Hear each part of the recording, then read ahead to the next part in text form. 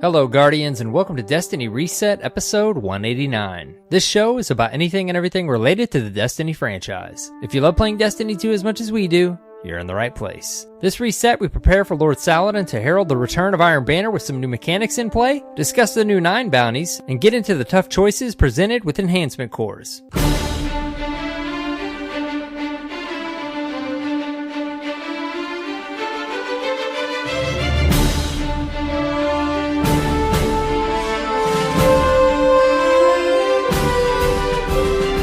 Hello, Guardians, and welcome. It's AER0KNIGHT and, of course, CyborgSasquatch. Hello, my friend. Hello, Guardian. Hello, Guardian. How are you? I'm good. I'm still unsure about these intros since it started getting all discombobulated. I have no idea what you mean. Are you sure about that? Hello, Guardian. Yes. How was your reset? Me, no, Cyborg. I'm so confused. I'm not physically exhausted or anything. Yeah, right? I know. And I am ready and I am present to record an episode of the show that we make. I know. It's the last few episodes. Like last week, I wasn't feeling too hot. This week, you are absolutely exhausted. But we're going to do this thing. We're going to do it. Yeah, boy. We can do this. It's for the Guardians out there. I am always excited to talk about Destiny. Of course. Especially on recording days, like, cause my wheels start turning, I start thinking, well, what are we going to talk about tonight? Like, oh yeah, there's that one thing. And then I'll be like cruising Twitter and be like, oh my gosh, we're going to talk about that tonight. Yep. And by the time I sit down, I got just thoughts swirling. Yep. And the thing is we've mentioned this before on the show, but we don't play the game together, at least not probably at this point until there's some sort of progression saved across platforms. So each week when we talk, it's like catch up for us. And like, for example, this episode, there's some things I've thought about throughout my play sessions this week that I want to get your opinion on. So it kind of works out. I think at this point we've decided that's an advantage for what we do because, you know, I talk about a ton of stuff with my friends when playing Destiny, and we hash all kinds of things out and give our unbiased and honest opinions on stuff. And if you're in the party, I don't know what I'd talk to you about. Right? Week. I know, because then we would talk about stuff we would talk about now. We'll recant that conversation again. Exactly. It's like, wait, did we talk about this in party or did we talk about it last episode? Right. Hopefully that doesn't goof up being able to actually play together again one day. Hopefully I hope just that play other games. It would be so amazing if we could just get cross save one day and we could, you know, join each other on a fun activity, like, you know, jump over on PS4 and play some comp matches with you, or both jump on PC and like go run a raid or something. I can't wait till there's cross progression. We thought when D2 launched, we would just meet in the middle on PC, but then, you know, all these amazing hobbyist levels of the game came back and it's like, I can only maintain one platform. Yeah, man. Compared to Destiny 1, there's so many things to accomplish and chase and do in Destiny 2. At least now, especially now at this point, I would say, you know, when Destiny 2 proper launched, I had pretty much ran that content through and it started, playing on PC, but then the expansions came and things got deeper and deeper. And I was like, I can't do this on both. I hardly even have multiple characters at this point, dude. Like, I have to pick two and mainly play on one, and then we'll like spend a night or two, you know, playing around on another, or just like, you know, running raids on multiple guys, stuff like that. But for the most part, only one gets real attention. Yeah, and that's the same for me. And then I have like, I love to continue to play and jump on a different character or something, but then when I jump over to that character these days, I'm like, if I even want to try to play any other game that's out right now, then it's like I can't really do multiple characters, much less multiple platforms. Yeah. So Destiny. You know, speaking of that, we got another game to talk about in Reset. this week. Yes. Try to do that. We'll try to do that. But yeah, so now that we've opened the show, how about Yes. let's get focused here. There is a quick announcement. One thing we wanted to mention to our listeners, just about Google. If you're using that platform to listen to us, we've had some feedback since Google Play migrated their podcasts to their new Google Podcast system. We've gotten some feedback from listeners, sometimes having trouble finding the feed. What did you find, AR, that you think would be helpful here? Google, of all the services we're on, is the only one that consistently, and I say consistently, we've gotten reports over the last several years that episodes won't show up, and then they typically will a couple days later. We have still yet to figure out why that happens.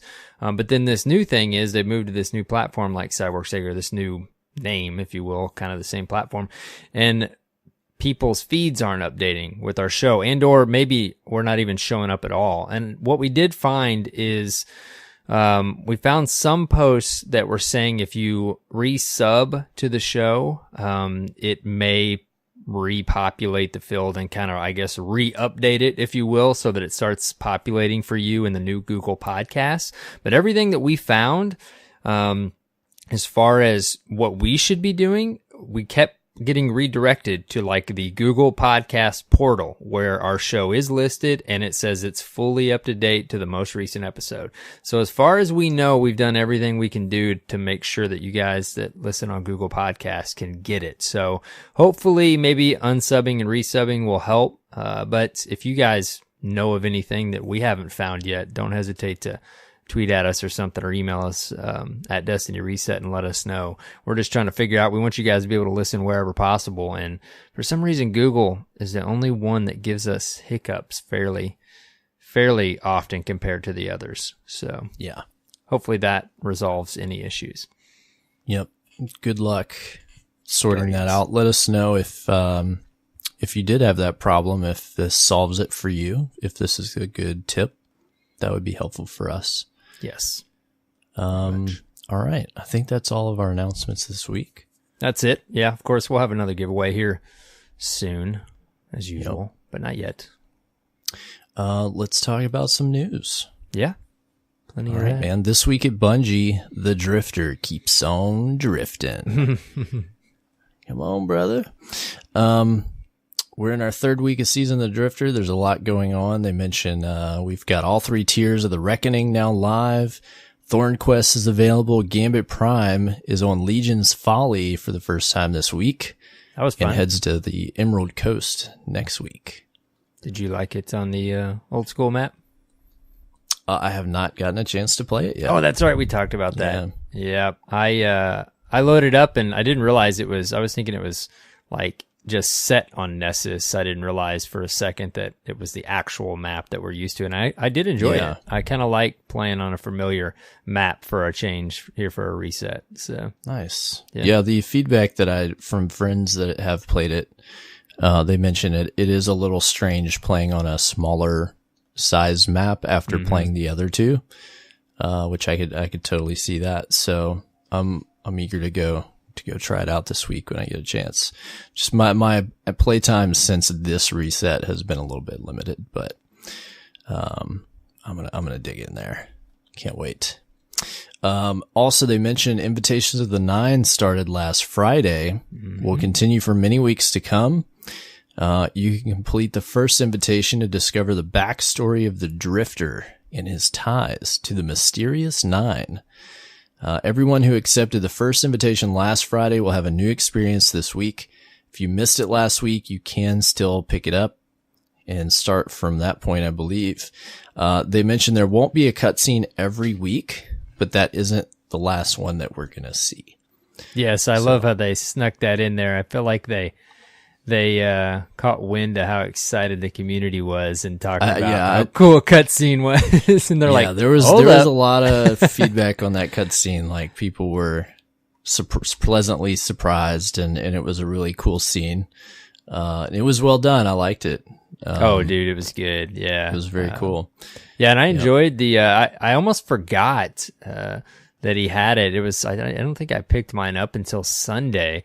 And I assume if you pick it up, you'll have it, like it won't go away when Xur goes away, surely, right? If it's in your inventory, I assumed you'd have it. Yeah, so I actually did, someone gave a great tip, which was, I had assumed kind of like the Blindwell Full Curse Week, related lore and stuff. I had figured, do it on one character and you get, a piece of lore unlocked, that week once per account.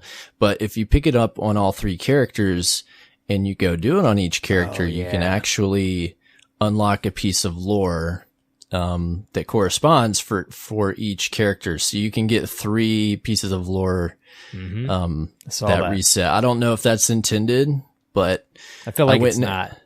it may not, but they may not care. Who knows? But what I did do was go ahead and grab it on my other 2 guys before he left, so I could knock it out before he comes back and grab those other 2 pieces of lore. I should have done that. Yeah, I did not do that. I just went and got it on my Guardian, my main. It's just a lore entry. You won't progress further in the story that they're telling, but you can grab the lore pieces, which if you're into that is cool. I'm excited. I of course, like they said, we won't get a cutscene every time, but they do say we will get, that won't be the last one we'll see. So just period, man. That's cool to have those in there, right? It's neat to have something else finally to get from Xur, and then for it to be telling us something like this week's cutscene.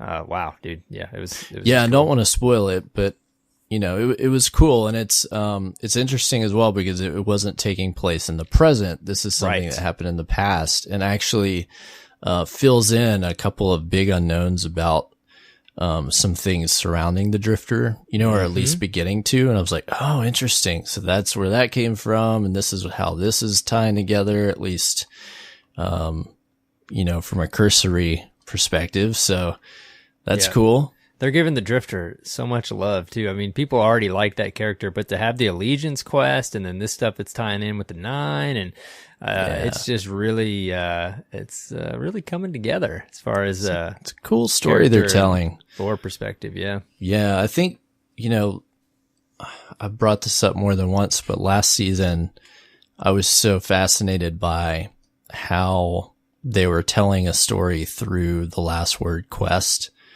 That tied into like the Drifter, into Shin Malphur, and there was a story beginning.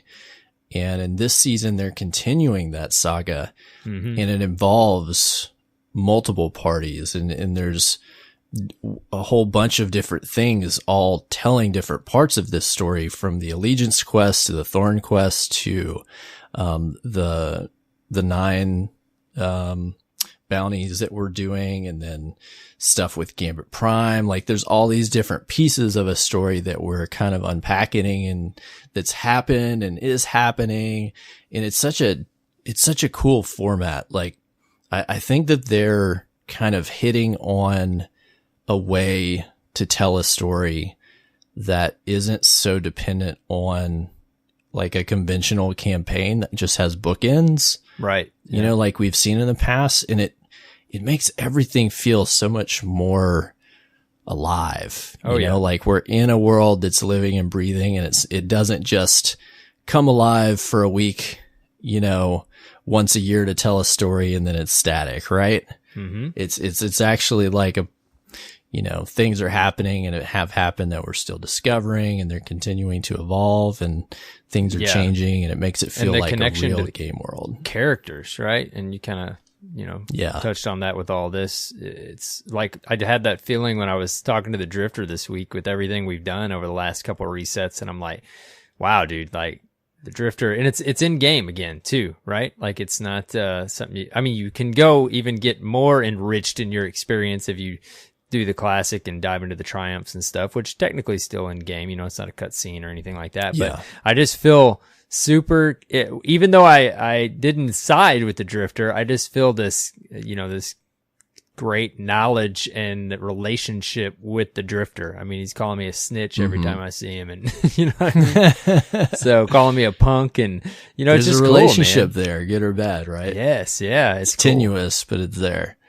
Exactly. It's interesting. He is certainly, I think, I feel like he's Destiny 2's Eris. Mm-hmm. Not in terms of You like see that? motivation or like who the character is, but in terms of like fleshing out a character that feels real, that has like motivations and a backstory and development and something that's actively going on. Like, I think that's why Eris was so beloved in Destiny 1.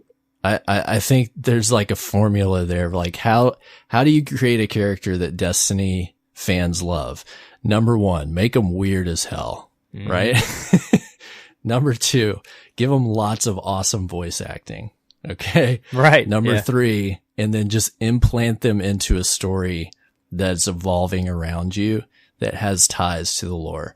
And if they do those things, like, we love it. I mean, and I think those are some of the commonalities. And, that's why, like, still this day, everybody's like, where's Eris? Like, what's she up to? What's she doing? Right.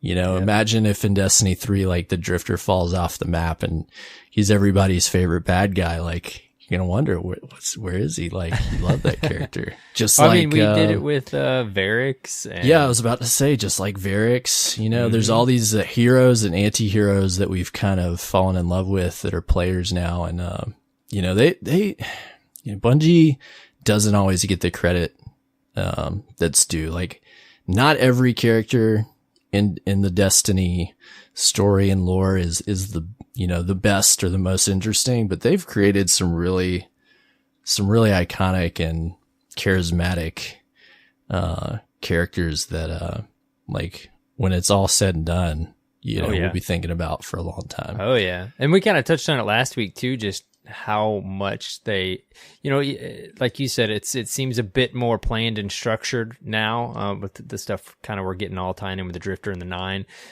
But it's just always cool to see how in depth it is and thought out. For example, right now, like the 9, when Trials was on and I was going to this weird place and seeing a horse and a emissary with like massive face, but like you knew there was lore there, and now we're learning, you know, it's really cool to learn what we're learning about the 9 right now, right? Yeah. And I don't know, dude, it's just, I love getting these lore books and in game inside the Triumphs. Like, I found myself now, you know, as soon as I start to load into the tower or something, I just quickly go to that page and go to where I was last and start reading until I load into wherever I'm going. Yeah, which is, I think, like, I feel like that's how it's meant to be. Like, it, you know, a lot of people make this comparison, going back to the old Mass Effect Codex, right? I mean, that for me is like the gold standard of a lore or codices of information in a game world. Like, man, Mass Effect, they did it right. And, you know, you'd be loading or you'd be taking a break or about to get off, and you kind of go into a page on FTL travel, and like 2 hours later, you're right. you're like going through all these entries, you know, you're like, oh my gosh, there's so much like they did to build this world out. And, I think adding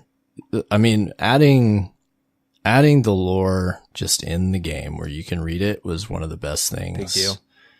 That they did. Like, Definitely. I get excited when I pick up an exotic from a new season, or like even like a ship or a ghost shell or something. And I'm like, hold that left trigger. Like, is there a lore? Yep. Is there a lore thing? And I'll just sit there and read it, you know, and my friends will be like talking in the background. I'll mute everybody so I can like read this. I'm like, oh, what's it going to say? Like, what's the story, man? It's such a cool,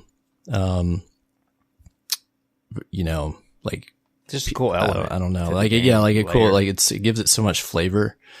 I don't know. I love it. I do too, but- dude. I 100%.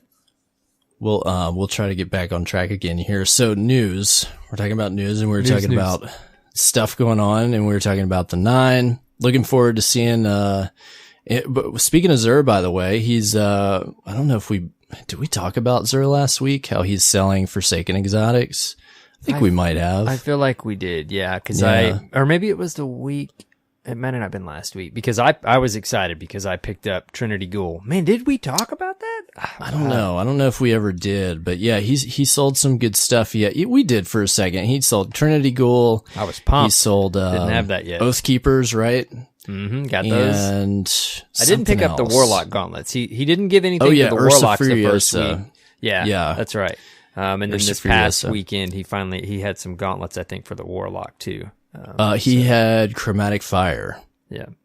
Which is the chess piece. Oh, that's right. That's one that I've wanted really bad since it came out, and I didn't have, and so I picked that up. And what that does is gives you basically kinetic, or I think any precision kill. It has a chance to proc Firefly with any gun, which is just ridiculous. And so I was excited to grab that. And what else did he sell? What gun did he have this week? I think he had an oldie. I feel like it was it Sunshot?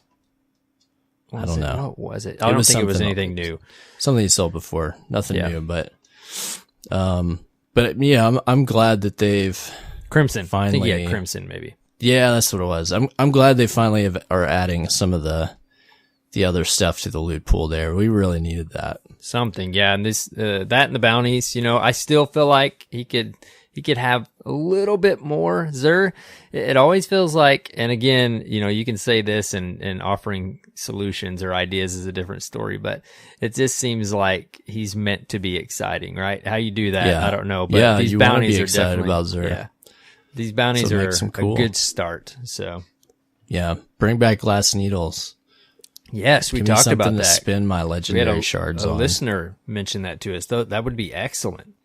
Yep. Yeah, I've seen a bunch of people requesting that this week. Like, all right, this is great and all. Like, give us some of the stuff that we used to have that made him useful.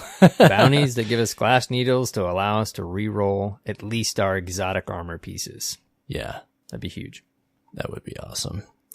All right, so.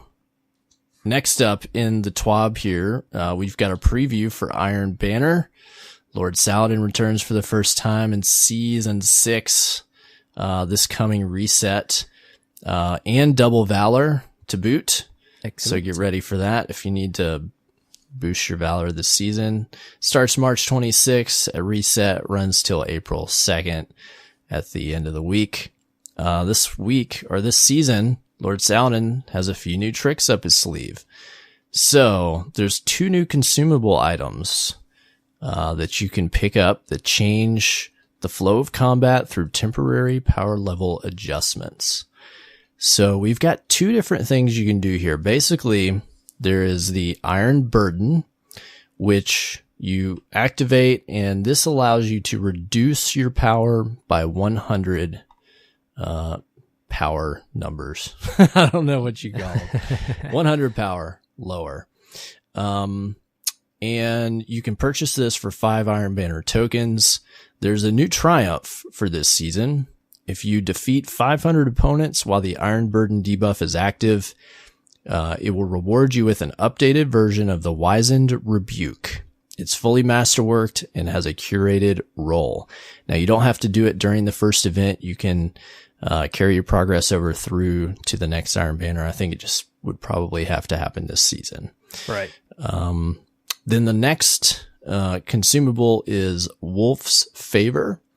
And what this is for is to grant you a temporary 100 power increase up to a cap of 700 for 30 minutes. They mention their goal here is to help those who don't normally play Crucible take a step into the action. The Wolf's Favor consumable has a chance to drop from completing the following daily and weekly challenges: Daily Heroic Story Mission, Vanguard Strikes, Nightfall, Flashpoints, Gambit, Forsaken Only, and weekly milestones for Mycora and Hawthorne.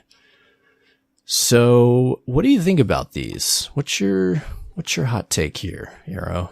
Yeah, I mean, we kind of hinted last week that we had, I think, in the IGN thing, these they were got a little hint of like the iron data burden. mined or something. Yeah, but not I didn't see anything about the wolf's favor. Right. To start, the Iron Burden I think is really cool. I love this focus now. I mean, it's not like we were expecting this. It's kind of like when they revisited the clans a little bit. That was kind of a surprise, the restructuring there. This is cool to get some attention on Iron Banner, because we've talked probably the last 3 or 4 Iron Banners that it just feels like it's missing some magic that it used to have, right? Like we just don't feel motivated to get in there. So I love this Iron Burden. That part seems pretty cool. I want to see kind of how it pans out and what kind of, extra rewards or how it feels, as far as a reward perspective. The other thing we mentioned last week too, before we get into the Wolf's Favor, is the, Pinnacle weapon.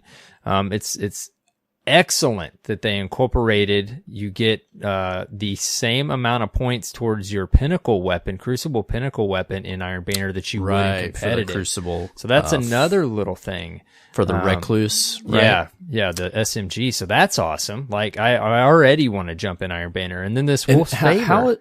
Can I ask? Do you know how exactly that works? Because I haven't looked that closely, but I thought that the triumph for that weapon involved hitting Fabled, essentially. It does. You have to get a percentage of wins. I haven't played a ton of Crucible, but I've played mostly comp, probably, I don't know, 10 to 15 games this season so far, and a little bit of quick play in there, not many games at all. And I think I'm at like 30 to 40% in my win progress bar. So it's not a glory score? You do, yes. You have to do that, the win aspect, and then you have to hit Fabled. You just have to hit Fabled. So there's two different requirements. 2 requirements, a win percentage, yes, and a Fabled requirement. Yes, and it says in the little tooltip that competitive and Iron Banner will progress you faster in the win percentage requirement. So that's awesome. So I'm probably gonna, just with that alone, I'm gonna spend some time in Iron Banner to try to get. Yeah, that definitely makes sense. Is it? So, I wonder if the win percentage, is that like a rolling figure, or is it, once you hit the percentage, does it just check off? Oh, that's a good question, because I'm wondering the same thing on, I'm finally with Season of Gambit here, with Season of the Drifter, I'm finally finishing up my Malfeasance. And I was wondering the same thing with that quest. I'm on the second to the last step where you have to bank motes and you lose percentage if you lose motes. Okay. And I'm wondering if the same on that one. Once I hit 100% on that one of 2 steps, will it stay at 100% or will I continue to? I think it does. Does it? Okay. It kind of checks off. See, I was wondering the same thing. I hope it's the same with the Recluse, that you, once you hit 100 on the wins, it just kind of checks off and then you just got to go hit Fable. That makes sense, right? Like usually the community is not a fan of like negative progress. Obviously the win percentage doesn't go back down, but you'd think once you hit 100, like anything else, it would just check off and then you just need to go jump in comp and hit Fabled. But anyways, that's another thing that I'm excited about, to jump in Iron Banner. And then again, sorry, wrapping all the way back around to what you first asked me about, this Wolf's Favor, I had no idea. I hadn't heard anything about this. And I think it's cool, right? I mean, anything to kind of aid in reward and the experience is cool. And it's kind of neat they incorporated getting them from, promoting other activities as well to get these, to be able to, this consumable to be able to use. We'll see how it feels to actually play and go get these favors, I guess. But I'm more interested, for me personally, in the Iron Burden. I'm very interested in how that I'm wondering what is the wild card for me in my mind is, so imagine you are a PvP player and you want to go in and earn the Wizen Rebuke, right? You want to put on the Iron Burden. But perhaps your power level, okay, let's say you're not 700, right? let's say maybe you're 650, 660, maybe 670. So you put this on and that brings you down to, 570. Mm-hmm. And then you have players coming in that are, maybe they're 600, maybe they're 650, and they want to feel the most power. So they're going to put on the Wolf's Favor. They're going to be 700.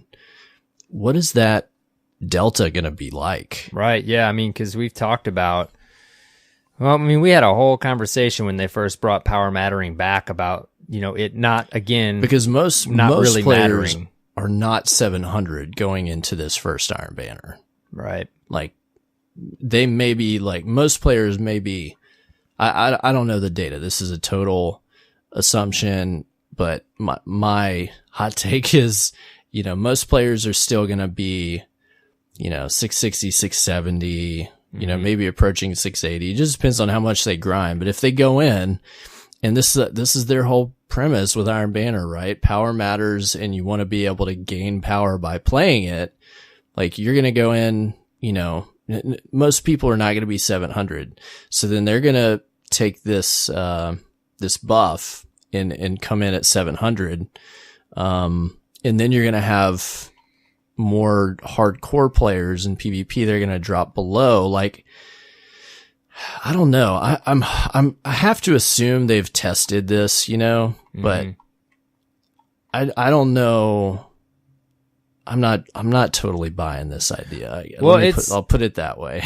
It's cool to see them try something, I guess, because again, we've had several conversations about wanting power to matter, but if it's not really going to matter, like, what's the point? At least in Iron Banner.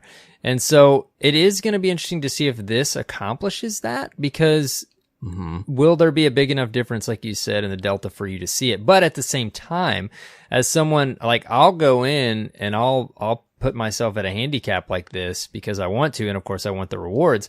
But, if all of a sudden the experience is, I've got to headshot people twice with a high impact sniper rifle or something, is that going to feel good? Like, is that going to, you know what I mean? Is that going to feel right as a PvP experience? And I guess if that's what you're getting yourself into, I mean, that's what you need to expect. But like you said, it'll be interesting just as you play how it feels. Is that going to be fun enough to want to do that and get 500 kills for that one gun? Right. Yeah. Especially sight unseen.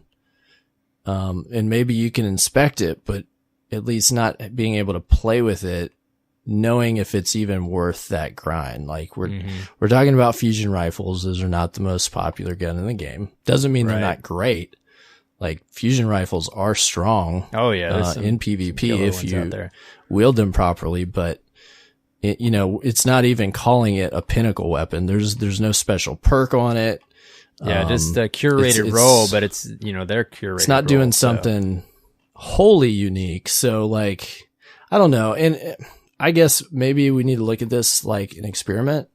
Like, okay, here's a couple variables that we can try, and here's a carrot, here's the method.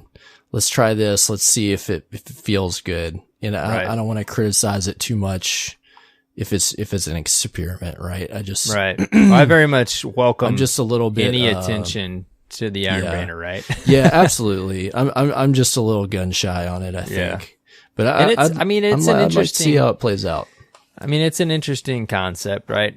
Any attention's great, but we'll see how it actually feels. And is the curated masterworked role of that, is that all you get for doing the Iron Burden?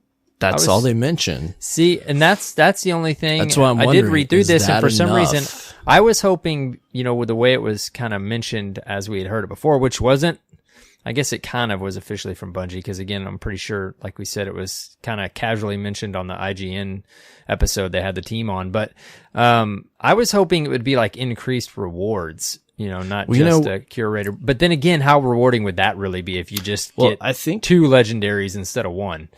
Cool. I think a smart thing that would interest me, if it was me going into it, if putting on the Iron Burden gave me increased progress towards bounties.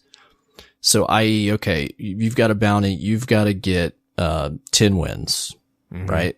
And if you put on the iron burden, you get, double progress or times and a half. So you got to do 7 wins or 5 wins. That's an incentive, right?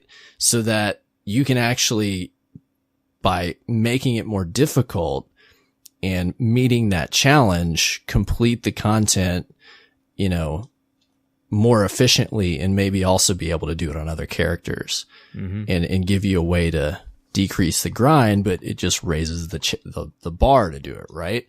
Like that I think even that little carrot would probably make some players think, okay, you know what, tonight, like, all right, we've got a full team.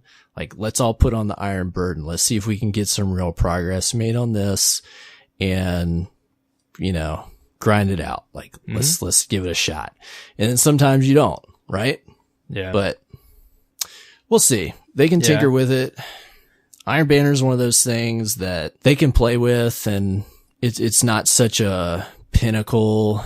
I mean, I think they want it to be, but it's not such a pinnacle activity that they can't play with it, and it won't. Everybody won't flip out, right?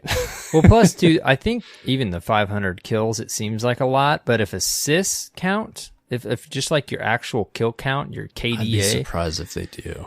Yeah, we'll see. For most things, if that counts, I mean, you can rack up. Now, granted, sometimes skill level is different. This could turn into the same thing where people that aren't excellent at Crucible feel a little frustration, and people that are pretty decent don't. But I almost think it would be beneficial to count that.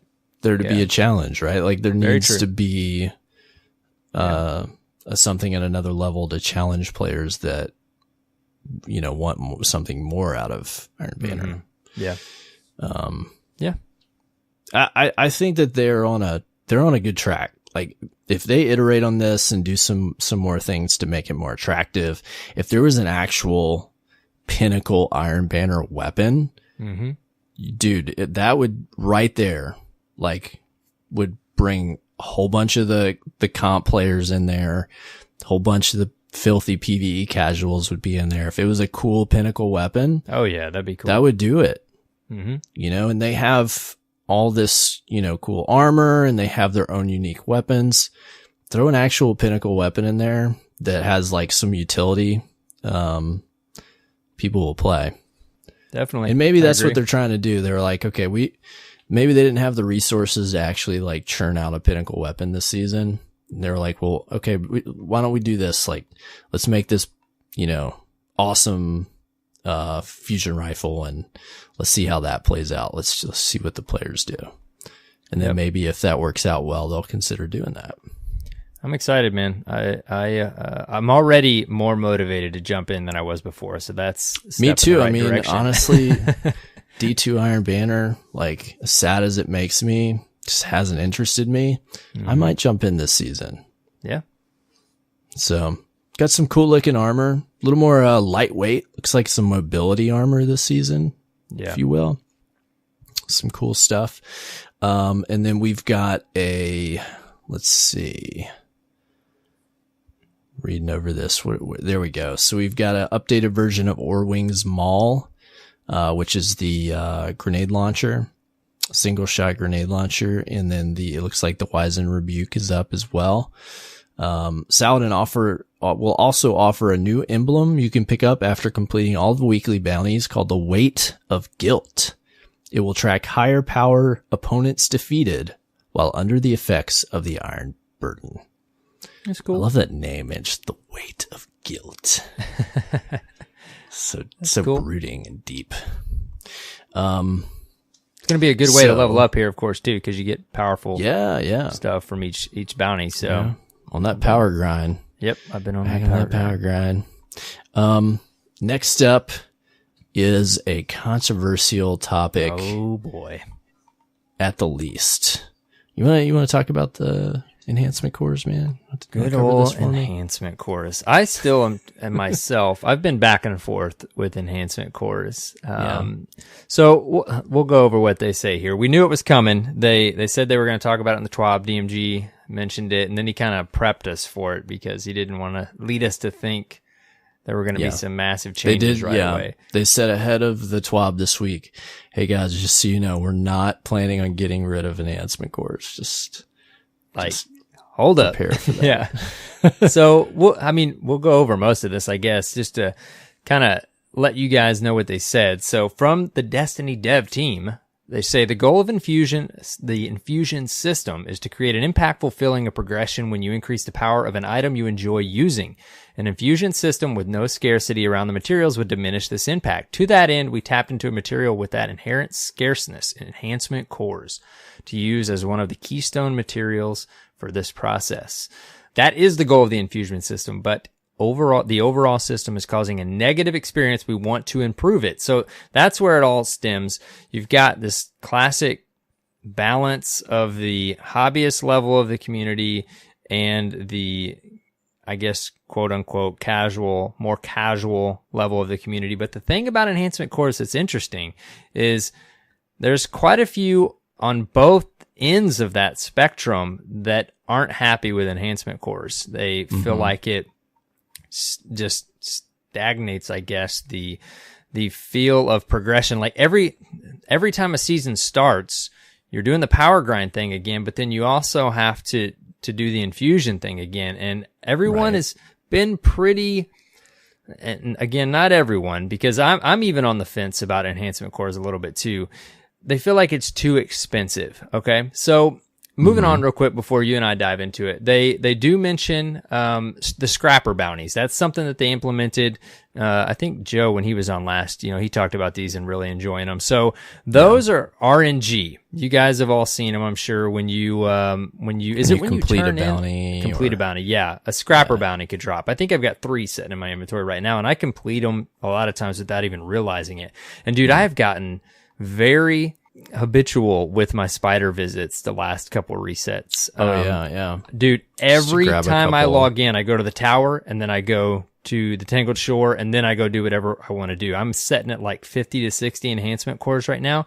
And the other different thing I'm doing this season, I think we had already talked about, is I'm not infusing as much as I would before on my way to the new max. So I'm trying to stack the enhancement cores.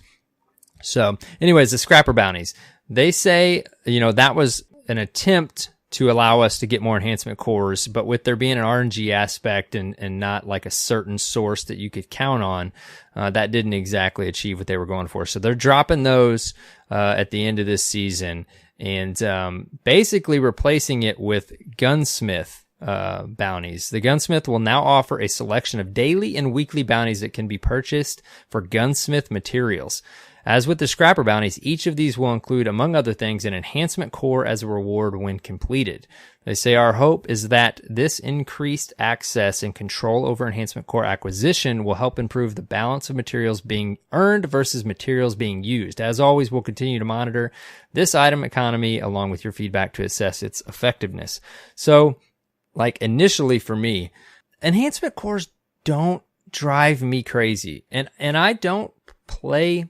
I play Destiny more than any other game, but I don't play a ton as compared to probably many others. And I run out of the things. Like, I run out of them. The one thing that I do like that they do is what they say here as their goal for an infusion system.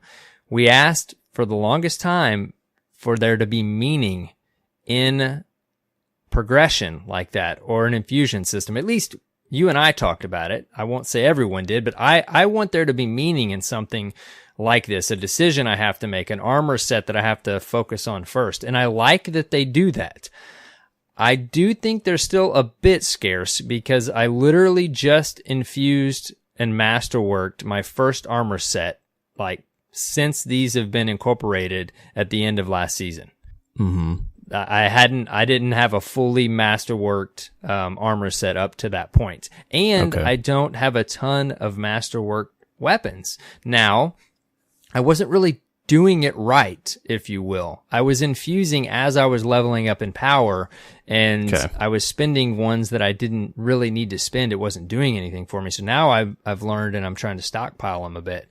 But the argument on the other side is people aren't getting to play the way they want to play. We keep it's exciting now we have 50 power levels each season to level up. There's the whole conversation about what power really does for you and do we really want a 50 power level increase? But also on top of that, now you have the infusion process again, and it's that classic balance of people just want to play the way they want to play. And sometimes these types of systems get in the way of that. And I think that's the core of a lot of the frustration, right? There's always been an analyzing of how much power really matters, what's it really doing for you, and how much should infusion cost and what should be incorporated in infusion costs. But I'm still, I honestly, if I had to pick, I would rather it be the way it is right now and there be some meaning to it than just crazy blind infusion 24/7 and like there's no real weight to those decisions. I do think it's a little extreme right now. I understand that viewpoint because right now I'm not using anything that I want to use. My Guardian looks horrific and I'm not infusing anything and I'm using loadouts that I wouldn't normally use, So I understand that. I get that. One thing I will say that's an immediate positive for me, we'll see one enhancement core, there'll probably be 5 or 6, 7 bounties at the gunsmith each week, maybe 5, who knows. And you only get 1 enhancement core per bounty. I mean, we know what you get at the spider. They mentioned there's going to be daily and weekly. Okay. Yeah, so I'm guessing maybe a few daily, maybe 1 or 2 weekly. So hopefully you can get a decent amount. I feel like it could fix it for people, how they're feeling and the cost of enhancement cores, and maybe we'll find a good happy balance. But I love that they've incorporated the gunsmith. I have over 4,000 gunsmith materials with nothing to do with them. First thing you have to say is thank God there's something we can spend gunsmith materials on, right? Yeah. I mean, I think maybe 10 stacks right now. Yeah, dude, it's crazy. And I'm like, I hoard stuff, so I'm not going to get rid of it, but I would love to have something useful to spend it on. So I'm happy about that. But can I say, do we really, seriously, more bounties at this point? I fill them up quick, dude. I cannot fit all the bounties I want to carry, especially at reset. Dude, the Drifter has how many bounties now that you can pick up? Just the Drifter. Good Lord. So many. If you're trying to really be efficient and you're logging on and you're planning to do a variety of activities, I don't want to have to fly to the tower in between every different thing I do. So, but if I want to, I have to decide, okay, I guess I'll go get the Crucible stuff when I actually sit down to play Crucible. But what that means is when my buddies get on, they're like, hey, let's do a quick couple comp matches. I'm like, okay, but I gotta go to the tower first. And you're running into that old Destiny 1 quality of life problems where you don't get to play as much because you're waiting on people, and it's not the people's fault. Like they want to make use of their time, so you're not going to criticize your friends for being like, oh, I guess you got to get the bounties. Like, yeah, definitely you want to go get the bounties for stuff. Like you're in it's here weird to get how, things like you done said, and get loot, right? I wouldn't have thought it was possible, but we're at the other opposite extreme. Yeah, where we have so many we can pick up, we're back to making those frequent tower trips.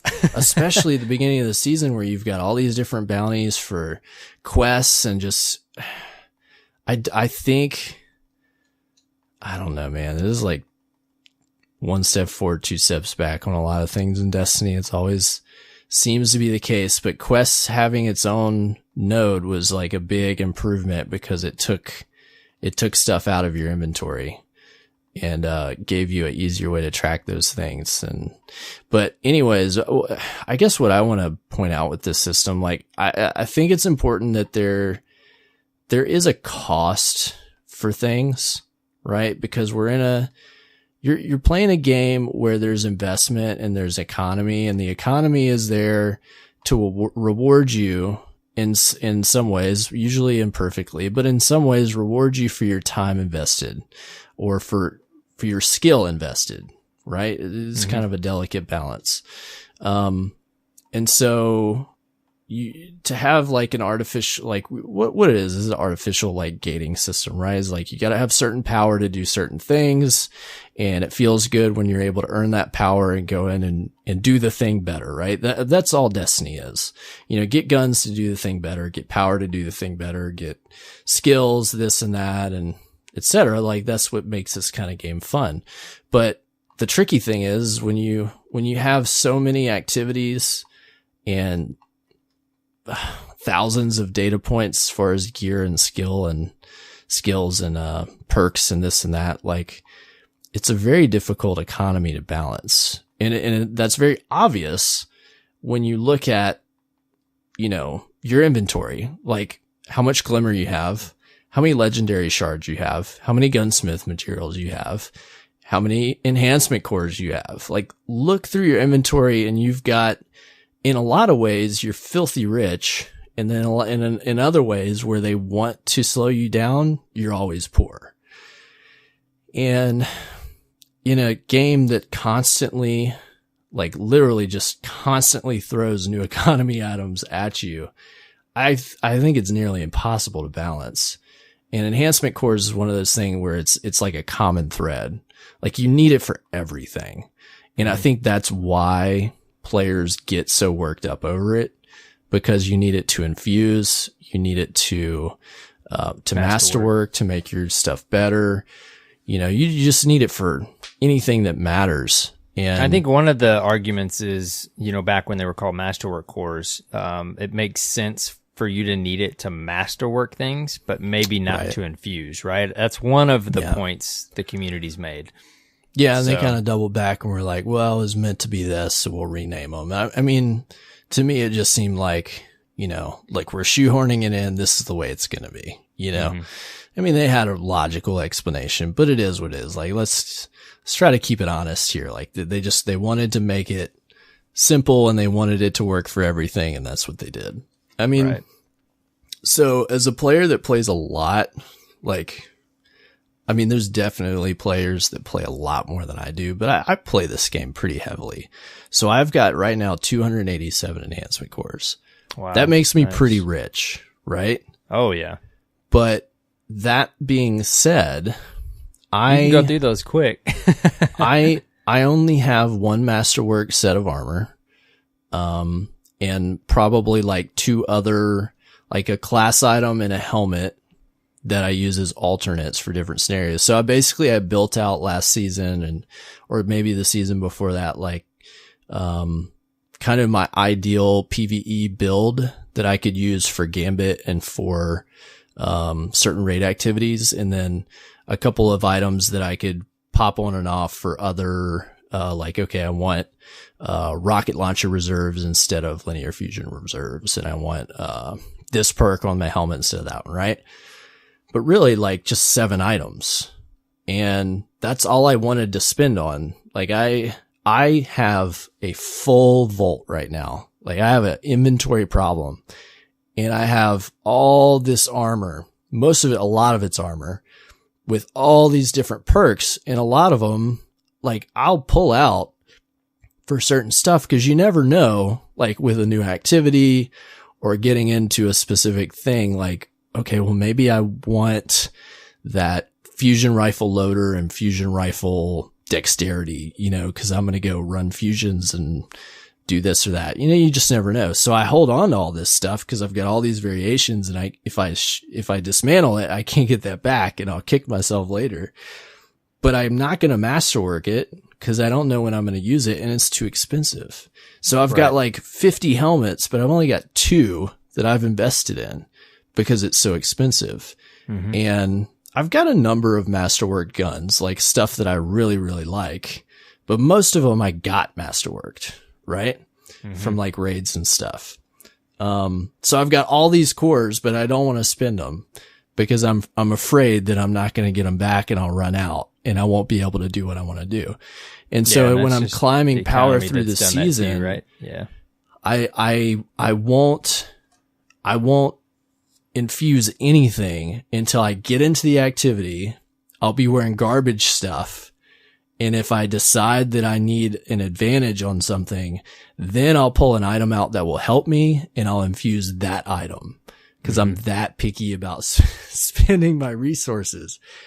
And the reason this is it's in human nature when there's scarcity to want to keep things. Right. Like this is an economics lesson. I've brought this up on the show before. Yeah. Like when if you go look at, you can go in history and look at times of like economic depression or countries that are undergoing extreme inflation. And what happens is when there's scarcity of a resource or scarcity of money to buy a resource, people hoard things because they don't know, they're insecure. So they don't know when they're going to get it again or how much of it they're going to get because things change so much, right? Tomorrow there can be a glut of milk and then a week from now you can't get milk for 2 weeks. What do you do? So when you get the milk, you're going to ration it out. You're like, God, I don't know if we're ever going to get milk again, right?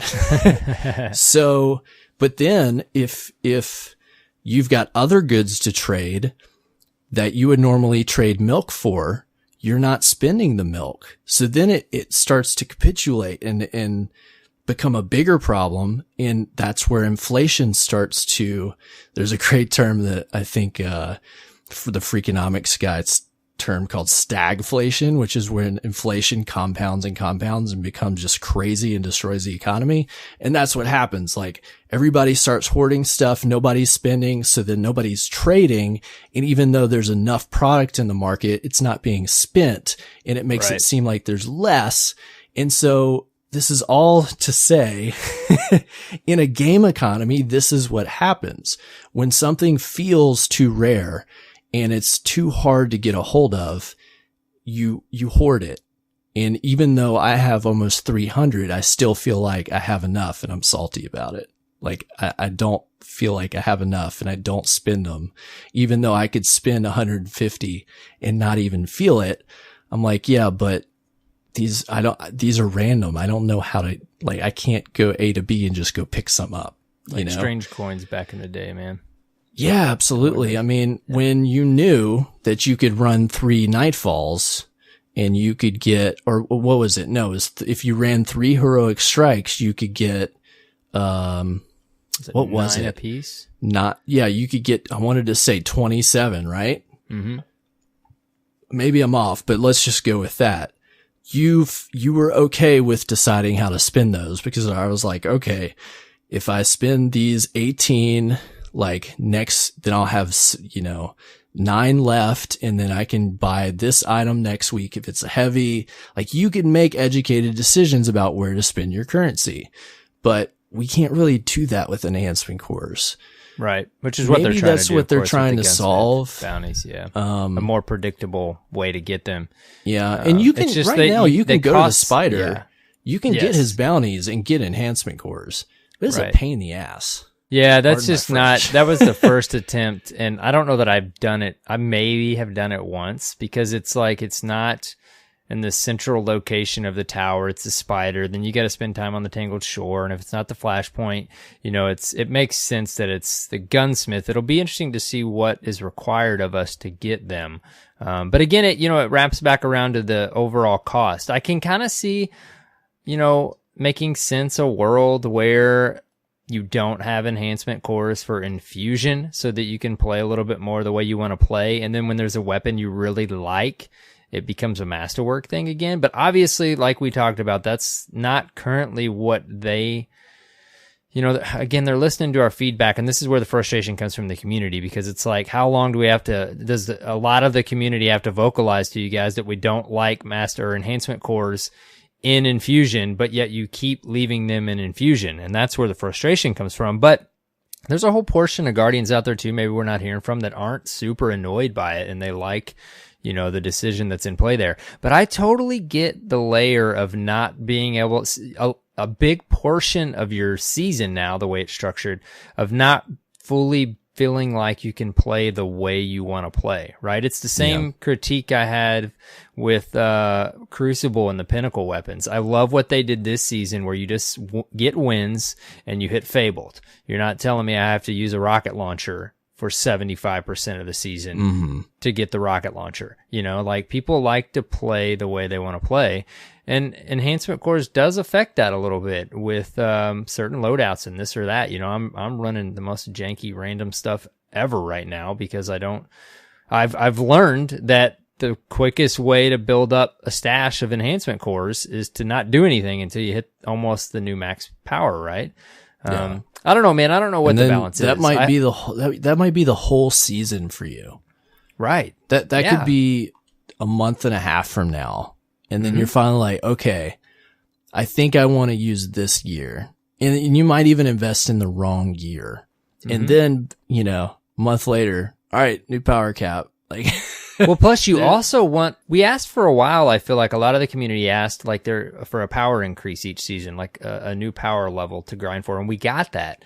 But then the enhancement core system, a lot of people are complaining about it now. Yes, They're exactly. Like, and the core of it, I think, is the enhancement cores because of what we're talking about right now. But the thing is, you don't just want one set. Like I want a Gambit set masterworked. I want a PvE set. I want a Crucible set. So that's where it really does kind of start to make sense about the thought from the community that maybe it doesn't need to be in Infusion, right? Maybe it does just need to be a masterwork thing on weapons. I don't know, dude. That's not fully making sense what I'm saying because I'm talking about masterworking different sets and I'm sitting here saying it's still going to be in that. So I don't know what the balance is, man. Like I don't know. There has to be a decision. Like it's not fun if we can just do it on everything anytime we want. And we have crazy amounts of whatever, even at the quote unquote casual level. But again, we're on this delicate balance. Like what is the balance? I think there's some weird, kind of consequences of some of the things that we got with Forsaken, and some of them, you know, we asked for them, but we didn't know what it would play out to be, right? Like, right. And they don't random know all rolls the time either, right? Okay. We wanted random rolls. So now I've got, you know, all these different rolls of guns. I've got, it's really for me a big armor problem because I've got all these different perks and perk combinations that I want and I try to hold on to. Well, now I have too much inventory. You have a little paralysis on what to use. A lot of stuff ends up not being used because you don't have an hour to sort through it and be like, oh yeah, I have this. Let me put this on, right? So I think we have a huge inventory problem right now in the game. And I don't think it's related to vault space. I think it's related to too many options. And then we've got like an investment problem with like enhancement cores and like paralysis. Like people, there's all these options in the game, like masterworking stuff that makes it better. And it's underutilized. It's not used. And so you're missing out on something that makes the game better and more fun.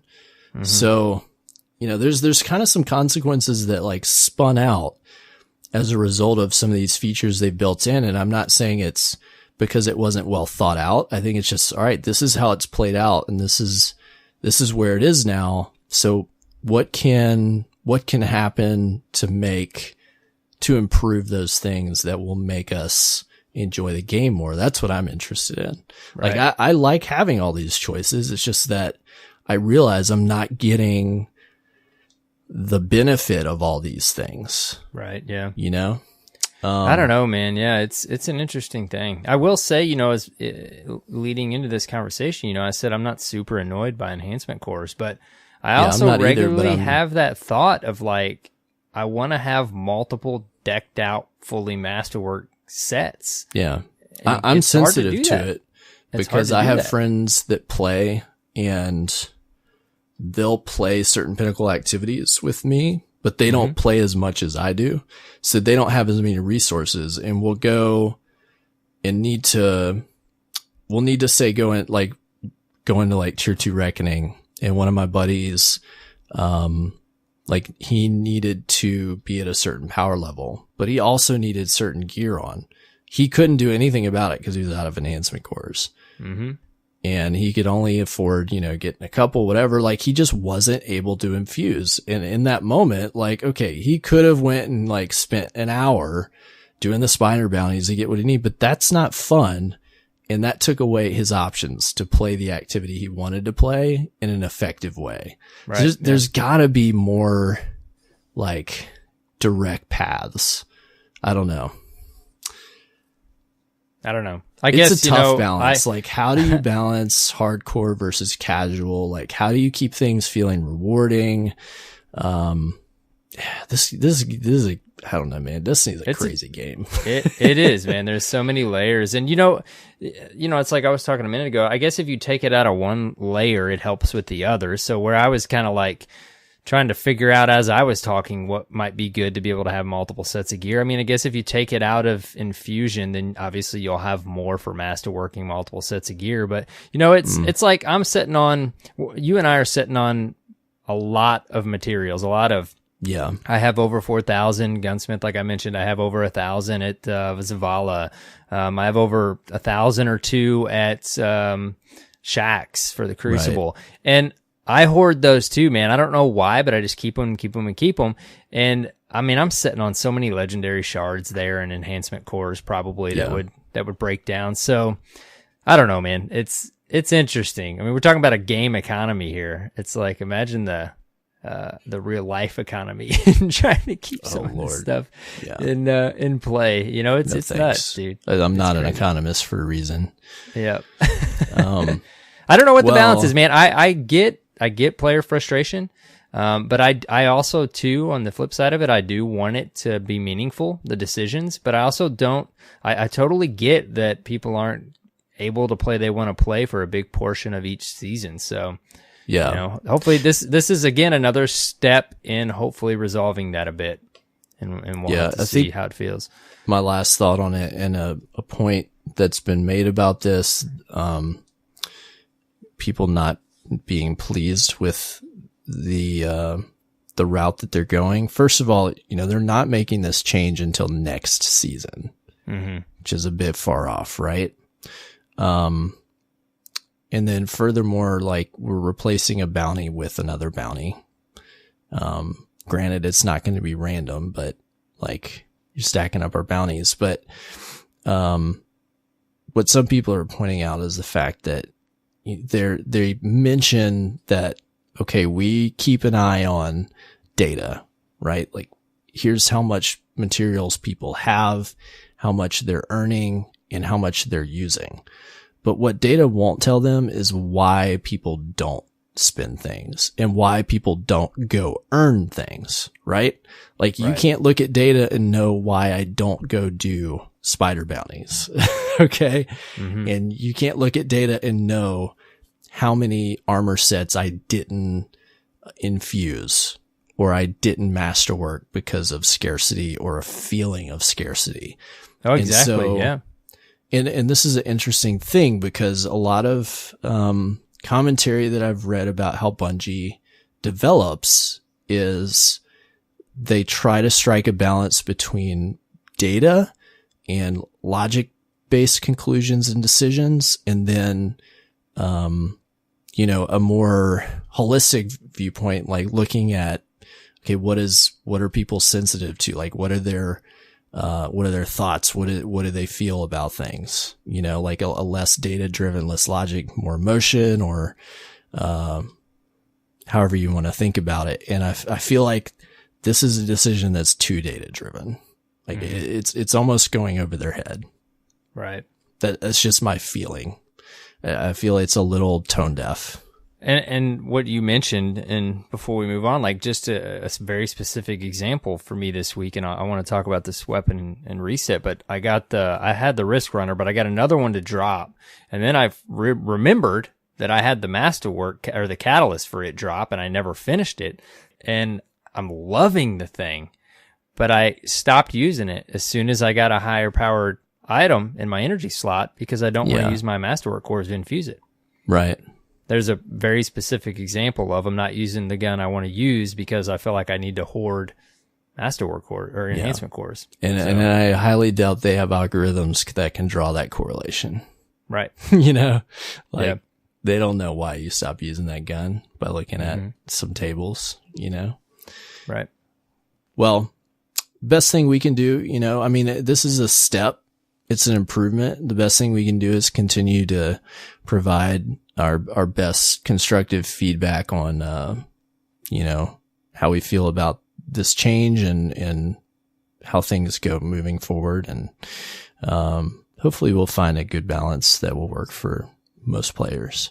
Yeah, I mean, you know, it's getting attention. They hear the community. They feel like there's something there. They're trying, as far as something with still requiring enhancement cores. Obviously, they know there's something there from the community because they've been vocal about it.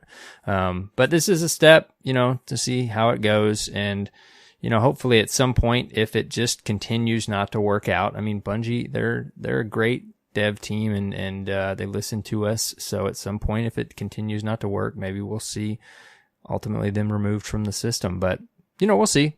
Again, I'd be surprised if we really totally saw them go away. Yeah, I don't think fully It would be they a would go shocking away. I feel like maybe a portion of what is required of them, maybe somewhere in the system. Yeah. But yeah.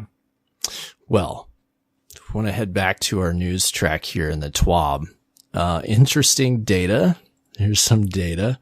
They title this, Who Do You Truly Serve? So Season of the Drifter offers your characters an interesting choice. Your decision impacts your experience with both the story and the world around you.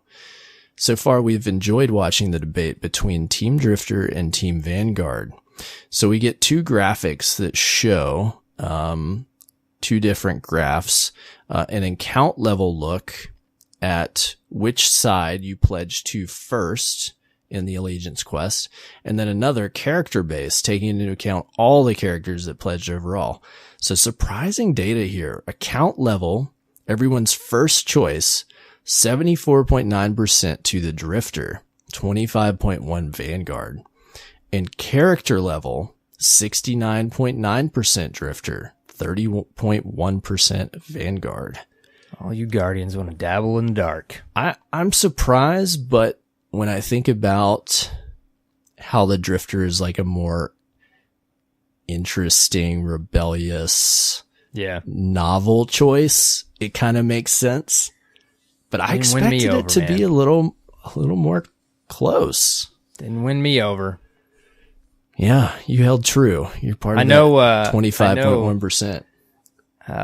People are questioning the motives of that warlock, or at least some of the decisions made there. But it's like, man, the Vanguard. But again, I'm a Titan rocking Zavala's ship, so it was easy decision for me. I get the intrigue with the interest in the Drifter, but he just couldn't sell me, man. He just seemed a bit shady. One thing I love about this quest is that it gives people a little bit of role play agency, and then like I see a lot of people who Mass Effect-ness. Yeah, they mention, well, you know, my hunter is like a rebel, you know, so he's going Drifter, but my Titan is diehard defender of the city, so he's Vanguard through and through. Like, well, we kind of did that with D1 with the factions, right? Like, you chose your faction depending on your character, even though there wasn't a whole lot there, you know?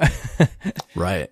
And that's why, like, I love this, because it gives people an opportunity to own their characters a little bit, and also like play both sides, you know, and explore it, and not have to feel like you're bound to just playing one way and go in one direction with this, and make decisions about, okay, like this character feels this way about things, you know? And that's kind of cool. I like that a lot. And this, just a simple choice like this gives you the opportunity to like make it personal. Yeah. Well, I like it too. I agree. This is interesting, man. Well, I'm eager to see how this really plays out. And I wonder, you know, the big question is how big the consequences are, and would this have further reaching impact down the line? Like, would the canon told story go one way or the other depending on what you chose? And I almost wonder if they would, say, okay, the majority went Drifter. So the story's going to go like everybody went Drifter. You know what I mean? Yeah. Or if it's just going to be more of a secondary experience through the game. Yeah.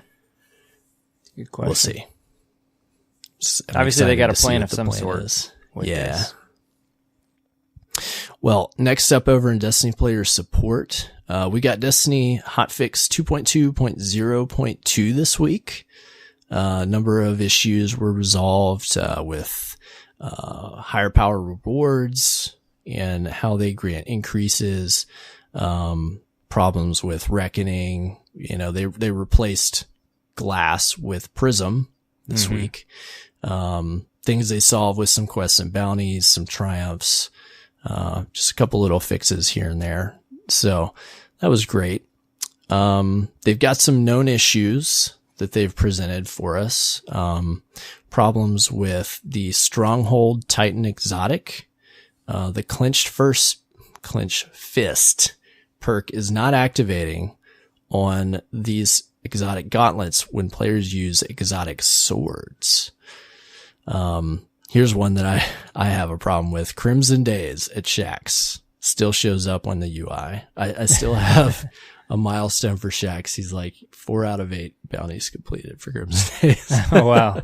Wow. They're working on that. Guitar errors and Last Wish still a problem. That's unfortunate. And some other things going on. Next in movie of the week, we get a cool Avengers and Destiny 2 mashup. Did you check this out? No, I haven't had a chance to watch these yet. Not yet. It's pretty cool. It's pretty cool. I will check them out for sure. Yeah. And following that, a Destiny 2 music video.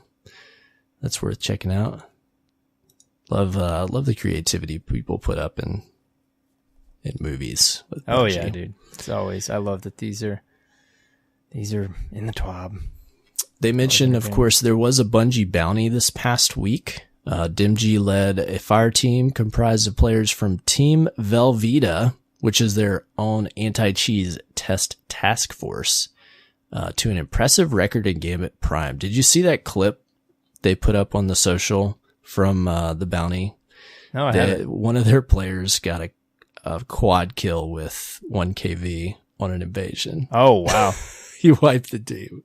Wow. No, I didn't. It was nasty.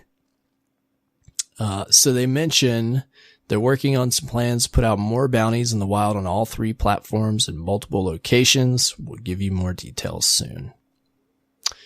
So that is the news this week. In other news, one thing worth mentioning, I was so excited. Oh my gosh. I think it was, what day was it? It was Tuesday.